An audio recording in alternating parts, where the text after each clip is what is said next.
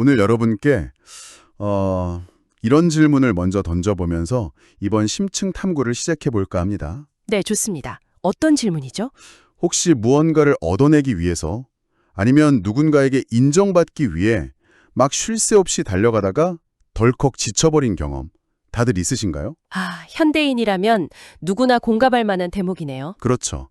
직장에서 완벽한 성과를 내야 한다는 압박감일 수도 있고 또 인간관계에서 무조건 좋은 사람이 되어야 한다는 강박일 수도 있고요. 심지어는 마음의 평화를 찾는 어떤 영적인 여정에서조차 우리는 종종 이런 생각의 틀에 갇히곤 하거든요. 맞아요. 내가 이만큼 노력하고 희생했으니까 그에 합당한 무언가가 당연히 주어지겠지 하는 생각 말입니다. 철저한 기브 앤 테이크의 세계관인 거죠. 네.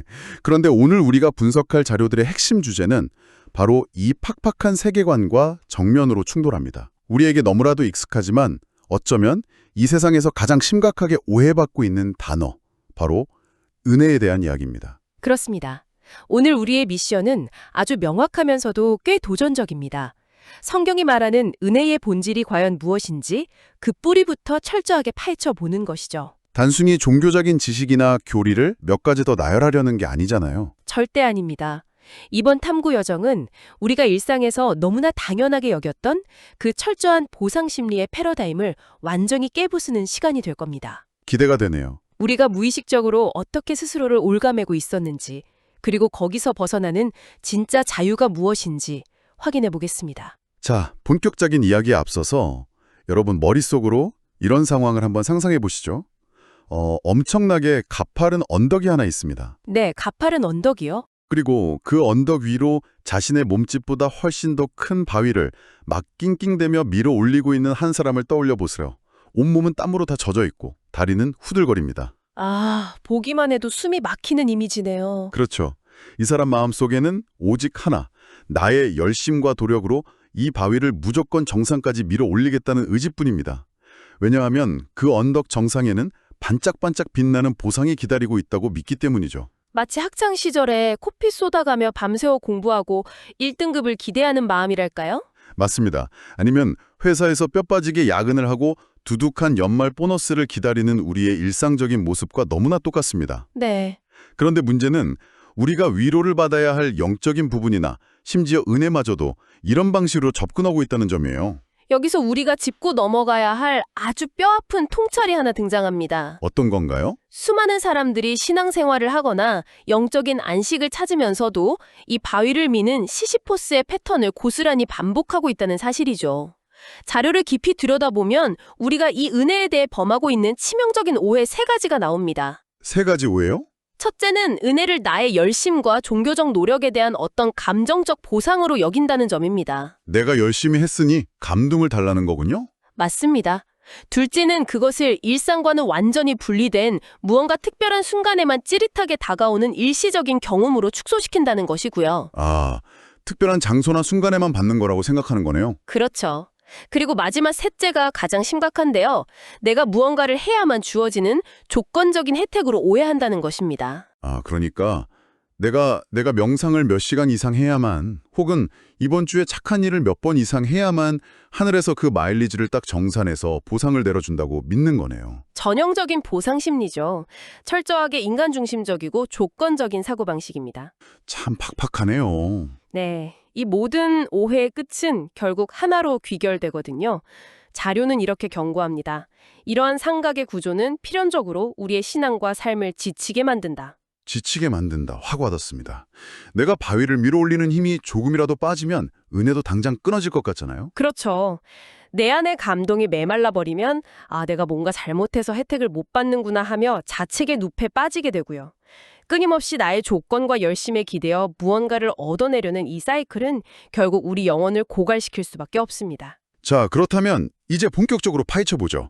우리가 이 숨막히는 사이클에서 벗어나려면 도대체 이 단어가 원래 어떤 의미로 쓰였는지 그 진짜 뿌리를 알아야 하잖아요. 네, 어원 탐구는 언제나 진실을 보여주죠. 언어의 기원을 추적해보니까 아주 흥미로운 사실들이 발견되더라고요. 고대 헬라어로는 카리스, 그리고 히브리어로는 hen이라는 단어가 쓰였더군요. 맞습니다. 여기서 정말 흥미로운 점은요. 이 두 단어의 공통적인 정의를 살펴보면 우리가 방금 전까지 이야기했던 그 바위를 미는 사람의 이미지가 얼마나 본질에서 벗어나 있는지 여실히 드러난다는 겁니다. 어떻게 정의가 되어 있나요? 먼저 헬라어 타리스는 자격 없는 자에게 베풀어지는 호의와 은총을 뜻합니다. 자격 없는 자에게요? 네. 그리고 히브리어 hen 역시 받을 조건이 전혀 없는 대상에게 향하는 친절을 의미하고요. 두 언어 모두에서 가장 두드러지는 핵심, 절대 타협할 수 없는 전제가 바로 자격 없음과 조건 없음입니다. 자격 없는 자 받을 조건이 없는 대상이라.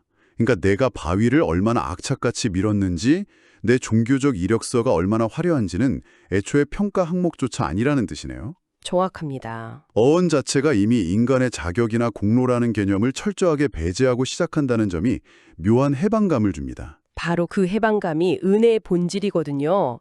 그렇기 때문에 이 어원들이 신학적 의미로 확장될 때 그 정의가 아주 단호하고 명확해집니다. 신학적으로는 어떻게 정의되죠? 은혜의 신학적 의미는 하나님의 일방적이고 무조건적인 선택과 구원입니다. 상상해 보십시오. 밑에서 위로 애써 기어 올라가 쟁취하는 것이 절대 아닙니다. 쟁취하는 게 아니다. 네, 이미 가장 높은 곳에서 가장 낮은 곳을 향해 수직으로 일방적으로 쏟아지는 폭포수 같은 것이죠. 다시 말해 결코 인간의 행위나 공로의 결과물이 될 수 없다는 뜻입니다. 오직 절대적인 주권에 근거한 섭리 그 자체일 뿐입니다. 밑에서 올라가는 게 아니라 위에서 아래로 일방적으로 쏟아지는 폭포수다. 와, 정말 강력한 이미지네요. 머릿속에 확실히 각인이 되죠? 네. 그렇다면 이 추상적이고 거대한 개념이 실제 기록 속에서는 구체적으로 어떻게 나타나 있을까요? 자료를 살펴보면 사도 바울이 에베소서 1장에서 우리가 받은 이 무조건적인 은혜의 구체적인 증거들을 3가지로 설명하고 있습니다. 네, 아주 중요한 대목입니다. 이 증거들을 하나씩 뜯어보면 우리가 그동안 얼마나 큰 착각 속에 살았는지 알 수 있을 것 같아요. 맞습니다. 바울이 제시하는 3가지 실체는 우리의 얕은 오해를 완전히 불식시키는 매우 강력한 논거들입니다. 첫 번째 실체는 바로 양자 사무심입니다. 양자 사무심이요. 입양이라는 뜻이죠? 네, 창세전에 그리스도 안에서 우리를 택하사 하나님의 아들들이 되게 하셨다는 선언입니다. 저는 사실 여기서 사건이 일어난 시점에 완전히 압도당했습니다. 우리라는 존재가 이 땅에 태어나기도 전, 아니 심지어 우주라는 공간과 시간 자체가 생겨나기도 전인 창세전, 즉 영원이라는 시간 속에서 이미 이 선택이 완료되었다는 거잖아요. 그렇죠. 우리가 존재하기도 전에 입양이 결정되었다면 이건 뭐 논리적으로 우리의 노력이나 선행이 개입할 틈이 단 1초도 없었다는 뜻 아닙니까? 정확히 그 지점입니다. 양자 사무심의 근거는 단 한 번도 우리의 어떠함에 있었던 적이 없습니다. 우리의 어떠함이 아니다. 네. 우리가 미래에 얼마나 바위를 잘 밀어올릴지, 얼마나 도덕적으로 훌륭하게 살지를 미리 보고 결정하신 게 결코 아니라는 겁니다. 오직 그리스도 안에서의 선택이 유일한 근거입니다. 와, 우리가 아직 아무런 조건이나 자격을 갖추지 못했을 때, 심지어 존재라는 것조차 없을 때, 이미 가족으로 편입되었다는 이 사실은 이 모든 과정이 철저하게 주도권 아래 있음을 보여주는 가장 완벽한 증거입니다. 입양이라는 이 사실이 얼마나 놀라운지 깨닫고 나면 곧바로 아주 현실적인 질문 하나에 부딪히게 되더라고요. 어떤 질문이죠? 우리는 스스로 너무 잘 알잖아요. 우리 내면이 얼마나 흠집투성이이고 이기적인지 말이죠. 그렇다면 이렇게 불완전한 존재가 어떻게 그 완벽하고 거룩한 가족의 일원이 될 수 있었을까 하는 의문이 듭니다. 아주 자연스러운 흐름이네요. 바로 거기서 바울이 말하는 두 번째 실체가 등장합니다. 바로 구속, 다른 말로 죄사함입니다. 구속. 이 구속이라는 개념은 고대 사회의 맥락을 이해하면 훨씬 더 깊게 다가오거든요. 고대 노예 시장을 한번 떠올려 보시죠. 무거운 쇠사슬에 묶인 노예가 자유를 얻으려면 누군가가 엄청난 몸값을 대신 지불해 주어야만 합니다. 스스로는 풀려날 수가 없으니까요. 맞습니다. 구속은 바로 그 대가를 지불하고 자유롭게 풀어주는 행위를 뜻합니다. 여기서 우리가 주목해야 할 것은 그 해방을 위해 지불된 대가의 크기입니다. 대가의 크기요? 네, 그 엄청난 몸값은 노예의 피나는 노력이나 헌신이 아니었습니다. 바울은 그것이 그리스도의 피, 즉 절다적인 희생이었다고 말합니다. 그러니까 내가 모은 쌈짓돈으로 내 자유를 산 게 아니라 누군가 자신의 모든 것을 내어주고 대신 지불해준 자유. 그 끊어진 사슬 사이로 떨어지는 엄청난 희생, 그것이 구속이군요. 그렇습니다. 우리에게는 값없이 주어진 완전 무료지만 주는 분의 입장에서는 모든 것을 내어준 엄청난 희생이었습니다. 그리고 그 희생의 결과로 우리는 죄에 매인 노예가 아니라 기업을 물려받을 후사로 신분이 완전히 상승하게 되는 것이죠. 영원전의 선택으로 가족이 되었고 엄청난 대가를 치른 구속으로 모든 흠집이 다 지워졌습니다. 그럼 이제 이 상태를 어떻게 유지할 것인가에 문제가 남는데요. 바울이 제시하는 세 번째 실체가 바로 성령의 인치심입니다. 인치심, 즉 도장을 찍는다는 의미죠? 네. 옛날 양피지 문서나 중요한 편지 봉투에 빨간색 왁스를 뚝뚝 녹여 떨어뜨리고 그 위에 가문의 문장이 새겨진 견고한 도장을 꾹 눌러 찍어서 봉인하는 장면, 이걸 상상해 보시면 이해가 빠를 겁니다. 아주 훌륭하고 시각적인 비유네요. 고대 사회에서 도장을 찍어 봉인한다는 것은 두 가지 강력한 법적 효력을 가졌습니다. 하나는 이것은 나의 소유다라는 명확한 소유권의 선언이고요. 소유권 선언이요? 네, 다른 하나는 그 누구도 이것을 변조하거나 훼손할 수 없다는 절대적인 보증입니다. 우리가 복음을 듣고 믿게 되었을 때 영원에 지워지지 않는 마크를 확 찍으신 겁니다. 그러니까 이 봉인은 일종의 강력한 위조 방지 시스템이자 안심보험 같은 거네요. 그렇죠. 거시적인 관점에서 보면 더욱 엄청난 의미를 갖습니다. 우리의 구원이 결코 그 어떤 상황에서도 취소될 수 없음을 법적으로, 영적으로 선언하는 완벽한 인증 기능을 하거든요. 취소될 수 없다는 게 참 위로가 되네요. 내일 당장 내가 큰 실수를 저지르거나 감정적으로 밑바닥을 친다고 해서 갑자기 그 왁스씨를 뜯어버리고 넌 내 자식 아니야 라고 번복하시지 않는다는 확고한 보증인 셈이죠. 양자 삼으심, 구속, 성령의 인치심, 영원전부터 시작되어서 피로값을 치르고 도장으로 꽉 닫아버린 완벽한 프로세스네요. 완벽하죠. 그렇다면 이 모든 이야기의 의미는 도대체 무엇일까요? 이 엄청난 진리들이 매일 아침 출근길에 지치고 삶의 무게에 짓눌려 있는 우리의 현실과 대체 어떻게 맞닿아 있는 걸까요? 이 세 가지 거대한 증거들을 하나의 패턴으로 묶어보면요. 은혜가 가진 절대 변하지 않는 세 가지 특성이 도출됩니다. 세 가지 특성이요? 첫 번째는 주권성입니다. 은혜는 인간의 요청이나 조건부 계약이 아니라 전적인 기쁘신 뜻에 따라 베풀어집니다. 인간이 감히 거부할 수 없는 압도적인 불가항력적 은혜라는 뜻이죠. 불가항력적이다. 내가 거부할 수도 없을 만큼 강력하다는 거군요. 맞습니다. 두 번째는 자비성입니다. 어떤 훌륭한 행위에 대한 대가가 아니라 조건 없는 사랑인 아가페에 기초하고 있습니다. 그렇기에 자격 없는 자에게 주어지는 완벽한 선물이 됩니다. 자비성. 네. 그리고 세 번째는요? 마지막 세 번째는 앞서 계속 강조했던 영원성입니다.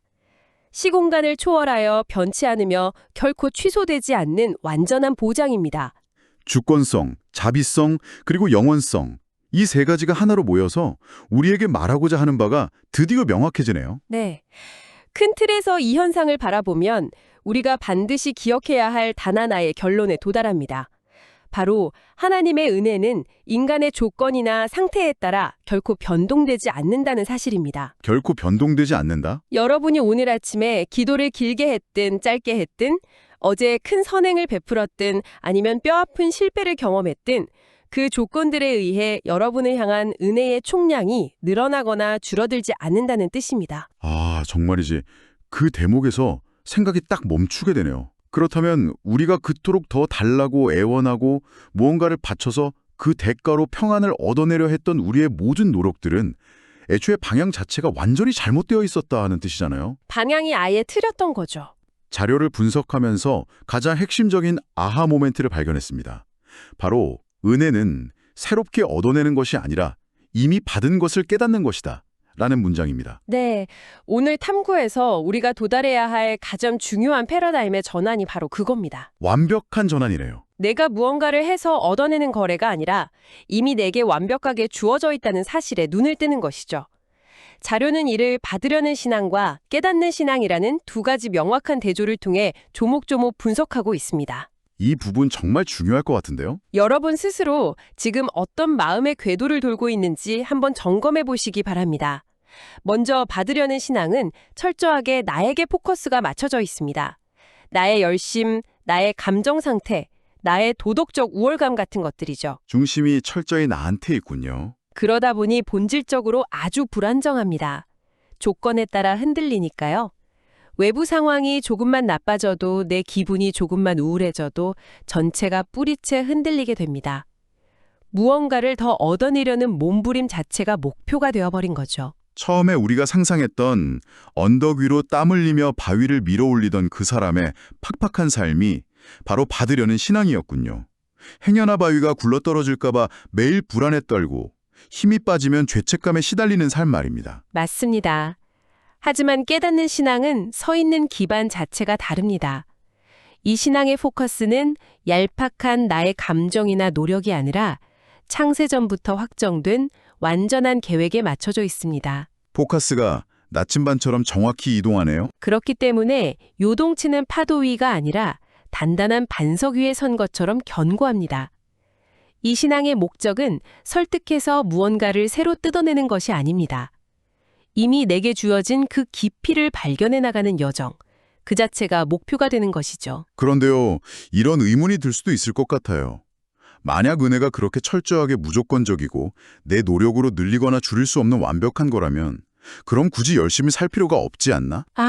아주 흔하게 나오는 질문이죠. 그냥 아무렇게나 살아도 결국 다 덮어지는 거 아닌가 하는 생각 말입니다. 아주 자연스럽고 중요한 지적입니다. 실제로 많은 사람들이 무조건적인 사랑이라는 개념을 들었을 때 그런 두려움이나 오해를 가집니다.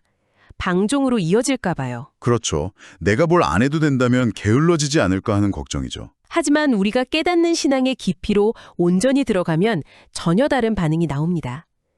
조건부로 무언가를 얻어내려 할 때는 늘 억지스러움과 두려움이 동기가 됩니다. 안 하면 벌받거나 못 받을까 봐요. 억지로 쥐어짜는 거네요. 네, 하지만 내가 우주가 생기기도 전에 선택받았고 엄청난 대가를 통해 완벽한 자유를 얻었으며 결코 취소되지 않는 보증을 받았다는 이 압도적인 사실을 진짜로 깨닫게 되면 어떻게 될까요? 진짜로 깨닫는다면요? 우리 내면에서 억누를 수 없는 감사와 경이로움이 자연스럽게 터져나옵니다. 두려움에 쫓겨서 바위를 미는 노예가 아니라 아낌없는 사랑을 받은 자녀로서 기꺼이 사랑을 흘려보내는 삶을 자발적으로 살게 되는 것이죠. 게으름이 아니라 진정한 자유가 만들어내는 역동성입니다. 억지 노력이 아니라 압도적인 사랑에 대한 자연스럽고 자발적인 반응이군요. 여러분, 지금 들으시는 분들은 어디에 서 계신가요? 여러분의 포커스는 혹시 매일매일 언덕으로 밀어올려야 하는 내 열심의 무게와 하루에도 12번씩 오르락내리락 하는 불안한 감정에 묶여 있지는 않나요? 참 아픈 질문이네요. 아니면 비가 오나 눈이 오나 변함없이 그 자리에 있는 반석, 즉 이미 주신 은혜의 깊이를 향해 나아가고 계신가요? 이 작은 포커스의 차이가 우리 삶의 질감을 송두리째 바꿔놓습니다. 질감을 바꾼다? 무언가를 더 받아내기 위해 불안에 떨며 부모의 바짓가랑이를 붙잡고 늘어지는 어린아이의 상태에서 이제 벗어나야 합니다. 대신 이미 내 이름으로 상속된 그 어마어마한 유산의 목록을 하나하나 확인하고 그 풍성함을 매일의 삶 속에서 당당하게 누리는 성숙한 상속자의 자리로 나아가는 것이죠. 마음이 정말 한결가벼워지는 놀라운 통찰입니다. 이제 오늘 분석한 자료의 마지막 페이지를 여러분과 나누면서 오늘 여정을 서서히 마무리해야 할 것 같네요. 네, 마지막 메시지가 아주 인상적이었죠. 마지막 장면에는 잔잔하고 광활한 바다 위로 곧고 평탄하게 뻗은 길이 황금빛 아침 햇살을 촥 받고 있는 모습이 펼쳐져 있습니다. 헉헉대니 오르던 그 가파른 언덕과는 완전히 대조적인 마음이 뻥 뚫리는 장엄하고 평온한 이미지입니다. 네. 그리고 그 위로 이런 메시지가 적혀 있습니다. 우리의 신앙은 이제 새로운 지평을 맞이합니다. 신앙생활은 은혜를 쟁취하기 위해 달려가는 피말리는 경주가 아닙니다. 이미 주어진 은혜의 반석 위에서 시작하는 평안하고 경이로운 발견의 과정입니다. 이 메시지는 복잡하고 치열한 일상을 살아가는 지친 여러분에게 아주 명확하고 실제적인 위로와 적용점을 줍니다. 구체적으로 어떤 과제가 남을까요? 오늘 우리의 영적 과제는 무언가를 더 얻어내기 위해 스스로를 갉아먹거나 자책하는 것이 결코 아닙니다. 대신 이미 기록된 진리의 말씀을 펴고 그 안에서 나를 향한 사랑이 도대체 얼마나 크고 얼마나 놀라우며 얼마나 흔들림 없는 것인지를 매일매일 새롭게 알아가는 것입니다. 알아가는 발견의 과정이군요. 네. 회사에서 큰 실수를 해서 스스로가 한없이 작아 보일 때나 삶의 문제들이 파도처럼 밀려와서 너무 불안할 때도 내 존재 자체가 영원 전부터 선택되었고 완벽하게 보장되어 있다는 이 사실 하나만으로 우리는 흔들리지 않는 깊은 확신과 평안을 누릴 수 있습니다. 오늘 이 깊은 탐구를 마치며 여러분에게 여운이 남는 도발적인 질문 하나를 던지고 싶습니다. 네, 어떤 질문이죠? 만약 내일 아침 잠에서 눈을 딱 떴을 때 여러분이 삶에서 가장 바라고 갈망하던 그 궁극적인 안정감과 사랑이 이니 절대 취소 불가능한 상태로 여러분에게 주어졌다는 사실을 머리가 아니라 온몸으로 완전히 깨닫게 된다면, 완전히 깨닫게 된다면 오늘 여러분의 어깨를 가장 무겁게 짓누르고 있는 그 고민이나 맹목적인 노력의 방식은 도대체 어떻게 달라질까요? 바위를 언덕 위로 밀어올리는 헛된 수고를 멈추고 그 단단한 반석 위에 섰을 때 여러분 앞에는 과연 어떤 새로운 지평이 펼쳐지게 될까요? 이 질문이 단순히 오늘 하루의 생각을 스쳐 지나가는 것을 넘어서 여러분 내면 깊은 곳에 있는 두려움을 몰아내고 진정한 자유의 파장을 일으키기를 바랍니다. 우리가 그토록 찾아 헤매던 진리와 평화는 생각보다 훨씬 더 가까운 곳에 이미 완벽하게 완성된 채로 여러분이 깨어나기만을 기다리고 있습니다. 스스로에게 던져진 이 질문을 천천히 곱씹어 보시길 초대하며 오늘의 탐구 여정은 여기서 마침표를 찍겠습니다. 애써 바위를 미는 대신 이미 쏟아진 폭포수 같은 은혜를 흠뻑 누리는 하루가 되시길 바랍니다. 다음 시간에도 여러분의 세상을 한 뼘 더 넓혀줄 새롭고 흥미로운 자료들과 함께 찾아오겠습니다. 함께 해주셔서 감사합니다.